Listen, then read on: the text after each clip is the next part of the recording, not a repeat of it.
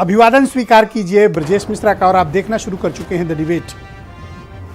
श्रीकांत त्यागी उर्फ लंगड़ा त्यागी इस वक्त पूरे देश का सबसे मोस्ट वांटेड बीजेपी का पूर्व नेता, जिसको उत्तर प्रदेश उत्तराखंड की पुलिस कुत्तों की तरह दौड़ा रही है और उसे ढूंढ रही है।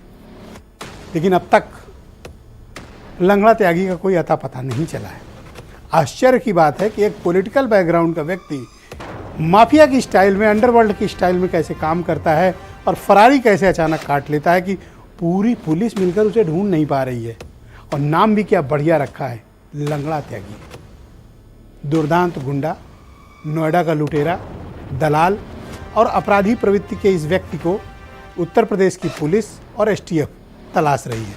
अगर आपके पास भी इससे जुड़ी कोई जानकारी हो तो पुलिस को जरूर साझा करें। आज की परिचर्चा लंगड़ा त्यागी के ऊपर। बहनों भाइयों, श्रीकांत त्यागी उर्फ लंगड़ा त्यागी, इसके वीडियो आप सब ने देखे होंगे, निश्चित देखे होंगे, 10 बार देखे होंगे। इसकी करतूत भी देखी होगी। ये एक छटा हुआ गुंडा, बदमाश, अपराधी प्रवृत्ति का मनबड़, दुष्ट प्रवृत्ति का और गुंडा किस्म का इंसान।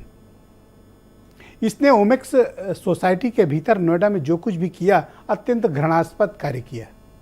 किसी सभ्य समाज में इस तरह की हरकत स्वीकार योग्य नहीं है। जो कुछ भी इसने ओमेक्स सोसाइटी की महिलाओं के साथ व्यवहार किया, खासकर एक महिला के साथ इसने बदतमीजी की, अपमानित करने की, गाली देने की, महिला अस्मिता के साथ छेड़छाड़ करने की और शारीरिक रूप से उसे छेड़ने की जो दुस्साहस किया, उसका वीडियो पूरे देश भर में हर किसी को हैरान कर गया। बीजेपी का नेता, बीजेपी के हर बड़े नेता के साथ जिसकी तस्वीर, जिसके प्रोफाइल बीजेपी के पदों से भरा पड़ा हो और पिछले 4 सालों से ये व्यक्ति गुंडागर्दी की सभी सीमाओं को लांघ गया हो। इसको पुलिस की सुरक्षा हासिल थी, इसके पास लग्जरी गाड़ियों की फ्लीट थी, विधायक लिखे हुए रहता था उत्तर प्रदेश सरकार, और नंबर भी कितना, 0001, लाखों रुपए में ये नंबर मिलता है, पर इसको मिला हुआ था। और नंबर कहाँ, लखनऊ का। ये एक आपराधिक प्रवृत्ति का व्यक्ति किस तरह से समाज को दूषित कर देता है, श्रीकांत जैसे लोग उदाहरण हैं, जो सत्ता के दम पर, पुलिस के रसूख पर, नोएडा की पुलिस और नोएडा अथॉरिटी की मिली भगत से जिन्होंने अवैध संपत्ति का एम्पायर खड़ा कर लिया। इस अवैध संपत्ति से उसने पैसे बनाए। पैसे कैसे बनाए? ऐसी प्रॉपर्टी जिसको ग्रैब कर सकता है पुलिस के जरिए, प्रशासन के जरिए और नोएडा अथॉरिटी के जरिए उसको कब्जा करना, ऊंचे कीमत पर बेचना, दुकानें बनवा देना, किराए पे उठाना और उससे पैसे कमाना। जैसे कि इसने नोएडा के बंगेल में एक पूरी प्रॉपर मार्केट बनाई हुई है, अवैध मार्केट, 8 लाख रुपया महीना किराया अकेले वहीं से कमाता है। तो जिसके पास बेशुमार दौलत अवैध संपत्तियों से आ रही हो और जिसने पुलिस को अपने पॉकेट में रखा हो और नोएडा अथॉरिटी जिसके घर में झाड़ू पोछा बर्तन करती हो, उसका दिमाग तो खराब होगा ही। और ऊपर से अगर लखनऊ से शेल्टर मिला हुआ है तो क्या कहने।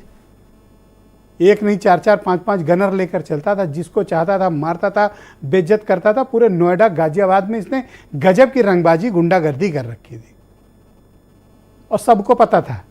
अब चाहे जो जितने को अपने को पाक दामन बने नोएडा, गाजियाबाद, लखनऊ में, पता सबको था कि ये कौन है और क्या कर रहा है। अब जब इसका भेद खुल गया, और भेद भी कैसे खुला बहनों भाइयों, इसमें मेन स्ट्रीम मीडिया कोई रोल ही नहीं। मेन स्ट्रीम मीडिया इसमें 2 दिन बाद एंट्री करती है। सारा कुछ सोशल मीडिया के जरिए हुआ, फेसबुक के जरिए हुआ, ट्विटर के जरिए हुआ, व्हाट्सएप के जरिए हुआ। वहाँ जब हंगामा मचा, पूरे देश भर में इसके खिलाफ नाराजगी जताई गई, तब मेन स्ट्रीम मीडिया ने लंगड़ा त्यागी की कहानी को उठाया। आज बुलडोजर गया, इसके घर के बाहर टीन ऊन तोड़ कर आया है, लेकिन त्यागी अब तक पकड़ा नहीं गया है। तो त्यागी छिपा कहाँ है? क्या त्यागी के चाहने वाले या त्यागी को संरक्षण देने वाले ही उसको संरक्षण दे रहे हैं? इसमें नोएडा पुलिस और नोएडा अथॉरिटी के बड़ी अधिकारियों की जांच होनी चाहिए कि ये लोग पुलिस का, अथॉरिटी का और गुंडों का नेक्सस मिलकर क्या कर सकता है। त्यागी का सिंडिकेट बहनों भाइयों उदाहरण है इस बात का। लूट मार, भ्रष्टाचार, अपमानित करना महिलाओं को, अरबों की संपत्ति खड़ी कर लेना। टूटी तो सिर्फ इसकी टीन की, अब तक इसकी अवैध संपत्तियां 50 से ज़्यादा चिन्हित हो चुकी हैं। उनको गिराए जाने की बुलडोजर से आवश्यकता है। फ्लैट की टीन चादर से कुछ बात नहीं बनेगी, इसके खिलाफ कठोर कार्रवाई होगी, तभी इस प्रकार के कुकृत्य समाज से रुकेंगे। और बहनों भाइयों, इस तरह की घटना कोई नई नहीं है। इन दिनों आप देखिए तो सोसाइटी में कोई ना कोई एक गुंडा जरूर रहता है। हर सोसाइटी में ये हालत है।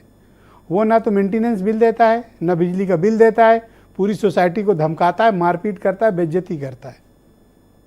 और अधिकांश सोसाइटी में एक आध आपको इस तरह के गुंडे मिल जाएंगे। आप अपनी सोसाइटी में याद करके देखिए, हो सकता है आप लोग टीवी देख रहे हो, ये डिबेट सुन रहे हो, ये गुंडा भी सुन रहा हो। और हर सोसाइटी में गुंडे विद्यमान हैं। उनको पुलिस का संरक्षण है, उनके पास अकूत दौलत है और वो गुंडाई करते हैं। तो श्रीकांत त्यागी उर्फ लंगड़ा त्यागी जैसे लोगों को ऐसा सबक सिखाया जाना चाहिए ताकि उसकी तरह बाकी जो गुंडाई कर रहे हैं सोसाइटियों के भीतर, उनको एक सबक मिले। और सरकार को चाहिए कि इस पर एक SIT की जांच बिठाए ताकि पता चले कि इस लंगड़ा त्यागी को 5-5 गनर कैसे मिले थे। नोएडा अथॉरिटी के बड़े बड़े अफसर इसके पेरोल पे कैसे थे।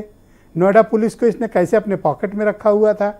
और इतना अवैध संपत्तियों का कारोबार इसने कैसे खड़ा कर लिया। अब उसे जब्त कैसे किया जाए और इसको जेल कैसे डाला जाए, सरकार को इस बारे में विचार करना चाहिए। पहले आप कुछ बयान सुने।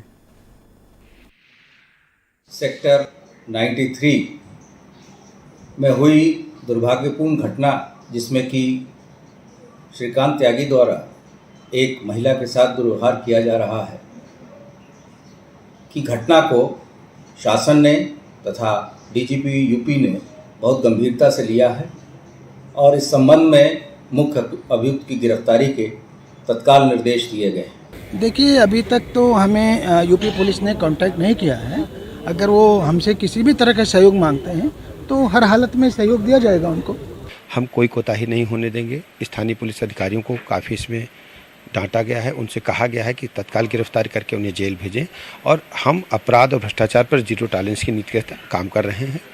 इस मामले में भी मैं स्पष्ट कर दूं कि छोटा बड़ा अपना पराया न दे करके हम सीधे सीधे जो भी अपराधी है उसके खिलाफ कड़ी कार्रवाई करेंगे। महिलाओं के प्रति अगर अभद्र कोई कार्रवाई करता है तो उसके खिलाफ बहुत सख्त कार्रवाई होनी चाहिए।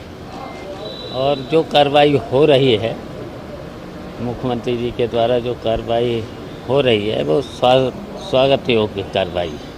श्रीकांत त्यागी को पुलिस गिरफ्तार नहीं करना चाहती, क्योंकि उसके साथ भाजपा के तमाम नेताओं के फुटेज हैं, फोटो हैं, जो तैनाती कराते हैं जनपद में और थानों में पुलिस के अधिकारियों को।